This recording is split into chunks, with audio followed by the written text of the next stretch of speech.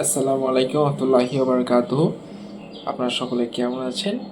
আশা করি আপনারা সকলেই ভালো আছেন। আপনাদের স্বাগতম জানাই আমাদের আজকের নতুন আরেকটি ভিডিওতে।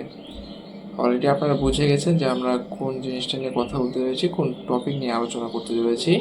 আমরা আজকে আলোচনা করব যে আমরা যে একটা ছোট্ট খামার করব অল্প পুঁজিতে, এই খামারে আমাদের কোন মাছটা রাখা উচিত এবং কোন মাছটা নিয়ে কাজ করলে বেশি লাভবান হওয়া যায়। তো ভিডিওটা শুরু হওয়ার পূর্বে একটু বলে দিচ্ছি, যদি আপনাদের কারো মাছ সম্পর্কিত কোনো পরামর্শ প্রয়োজন হয় কিংবা কোনো রকম কোনো মাছ ক্রয় করতে চান, সেক্ষেত্রে আমার হোয়াটসঅ্যাপ নাম্বার আমার স্ক্রিনেই দেওয়া আছে, আমার সাথে যোগাযোগ করতে পারেন। তো আর কোনো কথা না বাড়িয়ে আমরা শুরু করছি আমাদের ভিডিওটি।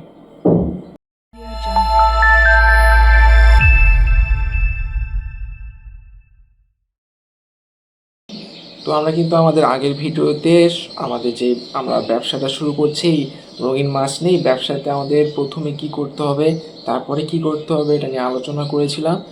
যে ধাপ টু বাই ধাপ আমরা কীভাবে কাজ করতে পারি। তার প্রথমে আমাদের থাকছে যে আমাদের মাছ চয়েস করতে হবে।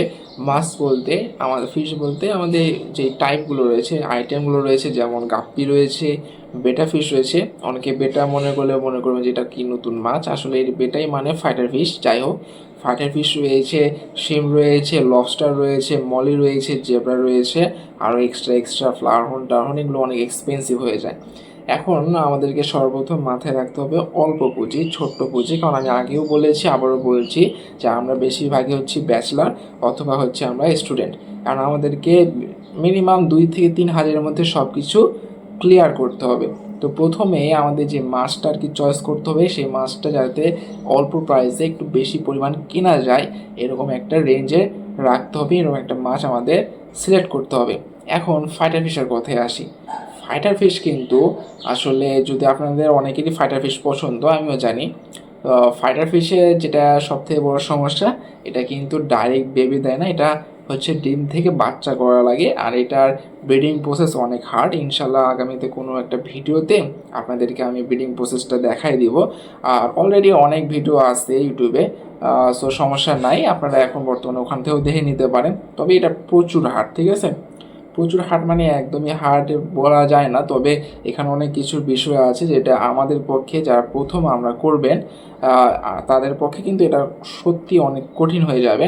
যার কারণে আমি প্রথমেই ফাইটার ফিশকে আমাদের লিস্ট থেকে বাদ দিচ্ছি। এরপরে যেটা রয়েছে সেটা হলো আমাদের জেব্রা ফিশ। জেব্রাও কিন্তু ডিম থেকে বাচ্চা করে, তবে এখানে একটা বিষয় হচ্ছে জেব্রা ফিশের ব্রিডিং প্রসেসটা সহজ হলেও এটার যেটা ভালো ব্রুট সাইজের যে জেব্রাগুলো, এগুলো বর্তমানে মার্কেটে অ্যাভেলেবেল নাই। আপনারা হয়তো বলবেন, ভাই অ্যাভেলেবেল না থাকলে কীভাবে আমরা মাছগুলো পাচ্ছি? বিষয়টা হচ্ছে, আপনারা দোকানে যাবেন, দোকানে যেয়ে দেখবেন একটা সাইজের জেব্রা ফিশ আছে, অনলাইনেও দেখবেন ওই একই সেম সাইজের জেব্রা ফিশ আপনাকে দেওয়া হবে। কারণ যেই জেব্রাগুলো ব্রুড হয়ে যায়, সেই জেব্রাগুলো কোনো ফার্মার কখনো এগুলো সেল দিতে চায় না, কারণ এটা হচ্ছে তার পরবর্তীর ইনকাম সোর্স।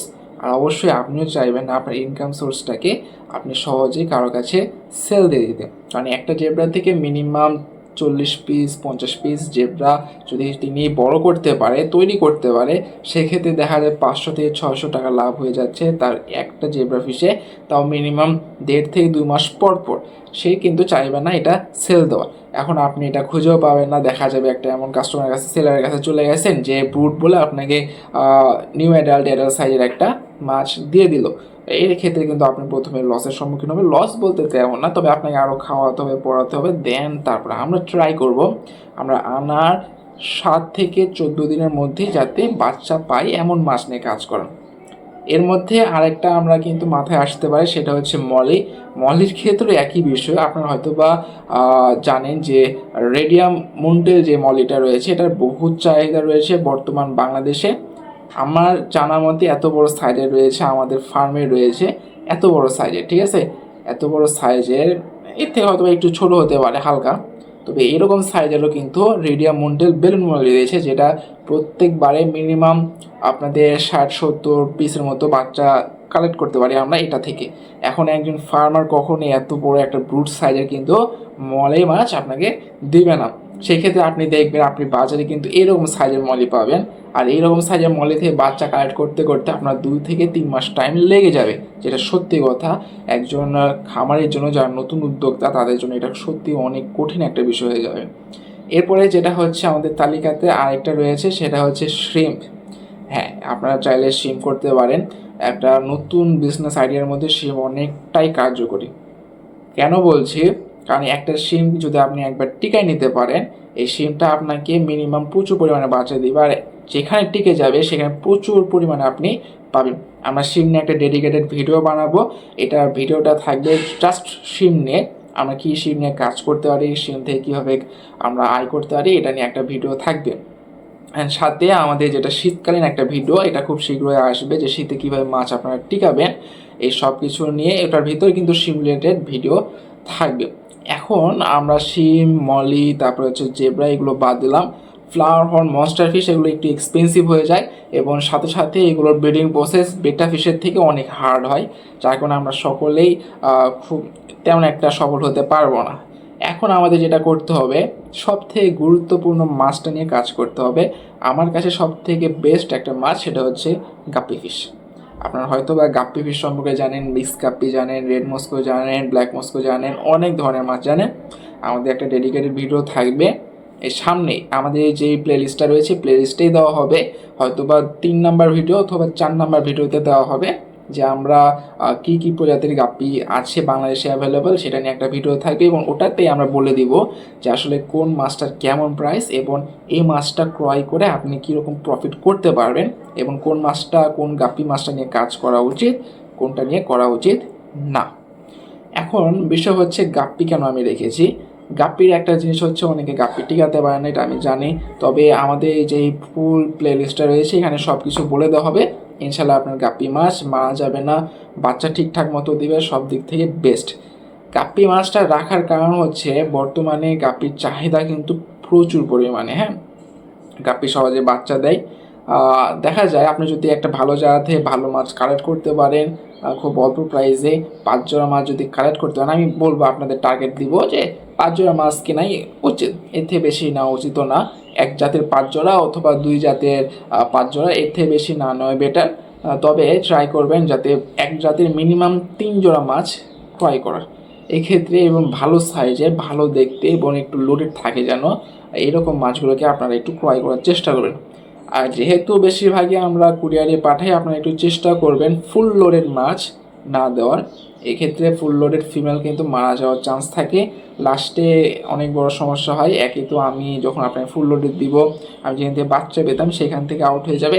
সেকেন্ডলি হচ্ছে আপনিও কিন্তু মাছটা পাবেন না, পরে আনলোডেড মাছই পাবেন, বা মিডিয়াম লোডেড এই মাছগুলোই পাবেন।